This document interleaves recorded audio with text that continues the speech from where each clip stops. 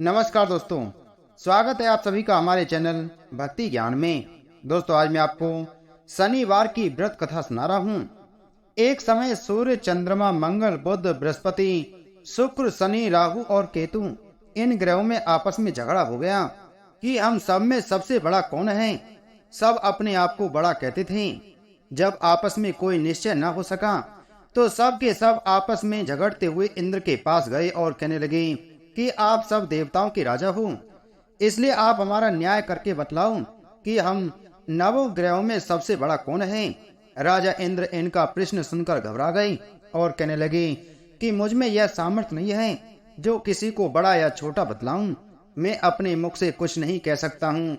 हाँ, एक उपाय हो सकता है।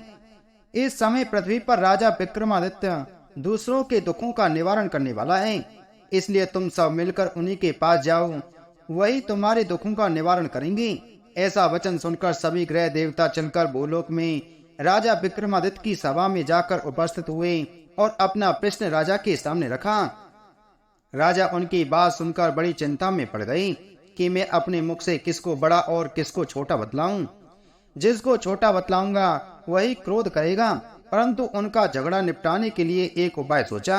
उन्होंने सोना, चांदी, कांसा, पीतल, सीसा, रांगा, जस्ता, ब्रक और लोहा नवों धातुओं के 9 आसन बनवाए। सब आसनों को क्रम से, जैसे सोना सबसे पहले और लोहा सबसे पीछे बिछाए गए। इसके पश्चात राजा ने सब ग्रहों से कहा कि आप सब अपने अपने सिंहासनों पर बैठिए। जिसका आसन सबसे आगे वह सबसे बड़ा और जिसका आसन सबसे पीछे वह सबसे छोटा जानिए। क्योंकि लोहा सबसे पीछे था और वह शनिदेव का आसन था, इसलिए शनिदेव ने समझ लिया कि राजा ने मुझको सबसे छोटा बना दिया है। इस पर शनि को बड़ा क्रोध आया और कहा कि राजा, तू मेरे पराक्रम को नहीं जानता। सूर्य एक राशि पर 1 महीना, चंद्रमा 2.25 महीना 2 दिन, मंगल 1.5 महीना, बृहस्पति 13 महीने, बुध और शुक्र 1 महीने, परंतु मैं एक राशि पर 2.5 अथवा 7.5 साल तक रहता हूँ। बड़े बड़े देवताओं को भी मैंने भीषण दुख दिया है। राजन सुनो, राम जी को 7.5 आई और वनवास हो गया और रावण पर आई तो राम और लक्ष्मण ने सेना लेकर लंका पर चढ़ाई कर दी, रावण के कुल का नाश कर दिया। हे राजा, अब तुम सावधान रहना। राजा कहने लगा, जो कुछ भाग्य में होगा देखा जाएगा। उसके बाद अन्य ग्रह तो प्रसन्नता के साथ चले गए, परंतु शनिदेव बड़े क्रोध के साथ वहां से सिधारे। कुछ काल व्यतीत हो जाने पर जब राजा को 7.5 की दशा आई तो शनिदेव घोड़ों के सौदागर बनकर अनेक सुंदर घोड़ों के सहित राजा की राजधानी में आए। जब राजा ने सौदागर के आने की खबर सुनी तो अश्वपाल को अच्छे अच्छे घोड़े खरीदने की आज्ञा थी। अश्वपाल ऐसी अच्छी नस्ल के घोड़े देखकर और उनका मूल्य सुनकर चकित हो गया और तुरंत ही राजा को खबर दी। राजा उन घोड़ों को देखकर एक अच्छा सा घोड़ा चुनकर सवारी के लिए चढ़ा। राजा के घोड़े की पीठ पर चढ़ते ही घोड़ा जोर से भागा। घोड़ा बहुत दूर एक बड़े जंगल में जाकर राजा को अकेला छोड़कर अंतर्ध्यान हो गया। इसके बाद राजा अकेला जंगल में भटकता फिरता रहा। कुछ देर के पश्चात राजा ने भूख और प्यास से दुखी होकर भटकते भटकते एक ग्वाले को देखा।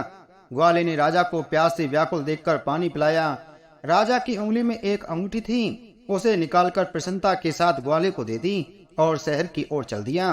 राजा शहर में पहुंचकर एक सेठ की दुकान पर जाकर बैठ गया और अपने आप को उज्जैन का रहने वाला तथा अपना नाम बीका बतलाया। सेठ ने उसको कुलीन मनुष्य समझकर जल आदि पिलाया। भाग्यवश उस दिन सेठ की दुकान पर बिक्री बहुत अधिक हुई। तब सेठ उसको भाग्यवान पुरुष समझकर भोजन कराने के लिए अपने साथ ले गया। भोजन करते समय राजा ने आश्चर्य की बात देखी कि खूंटी पर हार लटक रहा है और खूंटी उस हार को निगल रही है। भोजन के पश्चात कमरे में आने पर जब सेठ को कमरे में हार न मिला तो सबने यही निश्चय किया कि सिवाय बीका के और कोई इस कमरे में नहीं आया, अतः अवश्य हार उसी ने चोरी किया है। परंतु बीका ने हार लेने से मना कर दिया। इस पर 5-7 आदमी इकट्ठे होकर उसको फौजदार के पास लाए। फौजदार ने उसको राजा के सामने उपस्थित कर दिया और कहा कि ये आदमी तो भला प्रतीत होता है, चोर मालूम नहीं होता, परंतु सेठ का कहना है कि इसके सिवाय और कोई घर में आया ही नहीं, अवश्य ही इसी ने चोरी की है। तब राजा ने आज्ञा दी कि इसके हाथ पैर काटकर चौरंगिया किया जाए। राजा की आज्ञा का तुरंत पालन किया गया और बीका के हाथ पैर काट दिए गए। इस प्रकार कुछ काल व्यतीत होने पर एक तेली उसको अपने घर ले गया और कोलू पर उसको बिठा दिया। बीका उस पर बैठा हुआ जुबान से बैल हाँकता रहा। शनि की दशा समाप्त हो गई और एक रात को वर्षा ऋतु के समय वह मल्हार राग गाने लगा। उसका गाना सुनकर उस शहर की राजा की कन्या उस राग पर मोहित हो गई और दासी को खबर लेने को भेजा कि शहर में कौन गा रहा है। दासी सारे शहर में फिरती फिरती क्या देखती है कि तेली के घर में चौरंगिया राग गा रहा है। दासी ने महल में आकर राजकुमारी को सब वृतांत सुना दिया। बस उसी क्षण राजकुमारी ने अपने मन में यह प्रण कर लिया, चाहे कुछ हो मैं इस चौरंगिया के साथ विवाह करूंगी। प्रातःकाल होते ही जब दासी ने राजकुमारी को जगाना चाहा तो राजकुमारी अनशन व्रत लेकर पड़ी रही। तब दासी ने रानी के पास जाकर राजकुमारी के न उठने का वृतांत कहा। रानी ने तुरंत ही वहां पर आकर राजकुमारी को जगाया और उसके दुख का कारण पूछा तो राजकुमारी ने कहा कि माताजी, मैंने यह प्रण कर लिया है कि तेली के घर में जो चौरंगिया है उसी के साथ विवाह करूंगी। माता ने कहा, पगली यह क्या बात कर रही है, तुझको किसी देश के राजा के साथ विवाह हो जाएगा। कन्या कहने लगी कि माताजी, मैं अपना प्रण कभी नहीं तोड़ूंगी। माता ने चिंतित होकर यह बात राजा को बताई।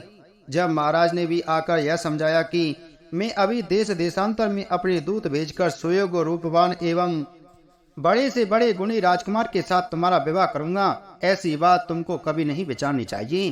कन्या ने कहा, पिताजी मैं अपने प्राण त्याग दूंगी परंतु दूसरे से विवाह नहीं करूंगी। इतना सुनकर राजा ने क्रोध से कहा, यदि तेरे भाग्य में ऐसा ही लिखा है तो जैसी तेरी इच्छा हो वैसा ही कर। राजा ने तेली को बुलाकर कहा कि तेरे घर में जो चौरंगिया है उसके साथ में अपनी कन्या का विवाह करना चाहता हूँ। तेली ने कहा कि यह कैसे हो सकता है, आप कहाँ हमारे राजा और कहाँ मैं एक नीच तेली। परंतु राजा ने कहा कि भाग्य के लिखे को कोई नहीं टाल सकता, अपने घर जाकर विवाह की तैयारी करो। राजा ने उसी समय तोरण और बंदरवान लगवाकर अपनी राजकुमारी का विवाह चौरंगिया बना विक्रमादित्य के साथ कर दिया। रात्रि को जब विक्रमादित्य और राजकुमारी महल में सोए तो आधी रात के समय शनिदेव ने विक्रमादित्य को स्वप्न दिया कि राजा, कहो मुझको छोटा बतलाकर तुमने कितना दुख उठाया। राजा ने क्षमा मांगी। शनिदेव ने प्रसन्न होकर विक्रमादित्य को हाथ पैर दे दिए। तब राजा ने कहा, महाराज मेरी प्रार्थना स्वीकार करें कि जैसा दुख आपने मुझे सौंप दिया है ऐसा और किसी को ना दें। शनिदेव ने कहा कि तुम्हारी यह प्रार्थना स्वीकार है। जो मनुष्य मेरी कथा सुनेगा या कहेगा उसको मेरी दशा में कभी किसी प्रकार का दुख नहीं होगा और जो नित्य ही मेरा ध्यान करेगा या चेटियों को आटा डालेगा उसके सब मनोरथ पूर्ण होंगे। इतना कहकर शनिदेव अपने धाम को चली गई। राजकुमारी की आंख खुली और उसने राजा के हाथ पांव सही सलामत देखे तो आश्चर्य को प्राप्त हुई। उसको देखकर राजा ने अपना समस्त हाल कहा कि मैं उज्जैन का राजा विक्रमादित्य हूँ। यह बात सुनकर राजकुमारी अत्यंत प्रसन्न हुई। प्रातःकाल राजकुमारी से उसकी सखियों ने पूछा तो उसने अपने पति का समस्त वृतांत कह सुनाया। तब सबने प्रसन्नता प्रकट की और कहा कि ईश्वर ने आपकी मनोकामना पूर्ण कर दी। जब उस सेठ ने यह बात सुनी तो वह विक्रमादित्य के पास आया और राजा विक्रमादित्य के पैरों पर गिरकर क्षमा मांगने लगा कि आप पर मैंने चोरी का झूठा दोष लगाया, अतः आप मुझको जो चाहे दंड दें। राजा ने कहा, मुझ पर शनिदेव का कोप था, इसी कारण यह सब दुख मुझको प्राप्त हुआ। इसमें तुम्हारा कोई दोष नहीं, तुम अपने घर जाकर अपना कार्य करो। सेठ बोला कि मुझे तभी शांति होगी जब आप मेरे घर चलकर प्रीति पूर्वक भोजन करोगे। राजा ने कहा कि जैसी आपकी मर्जी हो वैसा ही करें। सेठ ने अपने घर जाकर अनेक प्रकार के सुंदर भोजन बनवाई और राजा विक्रमादित्य को प्रीति भोज दिया। जिस समय विक्रमादित्य भोजन कर रहे थे एक अत्यंत आश्चर्य की बात सबको दिखाई दी। जो खूंटी पहले हार निकल गई थी वह अब हार उगल रही है। जब भोजन समाप्त हो गया तो सेठ ने हाथ जोड़कर बहुत सी मोहरें राजा को भेंट की और कहा कि मेरे श्री कंबर नामक एक कन्या है, उसका पानी ग्रहण आप करें। इसके बाद सेठ ने अपनी कन्या का विवाह राजा के साथ कर दिया और बहुत सा दान दहेज आदि दिया। इस प्रकार कुछ दिनों तक वहां निवास करने के पश्चात विक्रमादित्य ने शहर के राजा से कहा कि अब मेरी उज्जैन जाने की इच्छा है। फिर कुछ दिन के बाद विदा लेकर राजकुमारी मन भावनी सेठ की कन्या श्री कंवरी तथा दोनों जगह के दहेज में प्राप्त अनेक दास दासी रथ और पालकियों सहित विक्रमादित्य उज्जैन की तरफ चली। जब शहर के निकट पहुंचे और प्रवासियों ने राजा के आने का संवाद सुना तो समस्त उज्जैन की प्रजा आगवानी के लिए आई। तब बड़ी प्रसन्नता के साथ राजा अपने महल में पधारे। सारे शहर में बड़ा भारी महोत्सव मनाया गया और रात्रि को दीपमाला की गई। दूसरे दिन राजा ने शहर में यह सूचना कराई कि शनिश्चर देवता सब ग्रहों में सर्वोपरि हैं। मैंने इनको छोटा बतलाया, इससे मुझको यह दुख प्राप्त हुआ। इस कारण सारे शहर में सदा शनिश्चर की पूजा और कथा होने लगी। राजा और प्रजा अनेक प्रकार के सुख भोगती रही। जो कोई शनिश्चर की इस कथा को पढ़ता, सुनता या सुनाता है, शनिदेव की कृपा से उसके सब दुख दूर हो जाते हैं। शनिवार की कथा को व्रत के दिन अवश्य पढ़ना या सुनना चाहिए। बोलो शनिदेव महाराज की जय।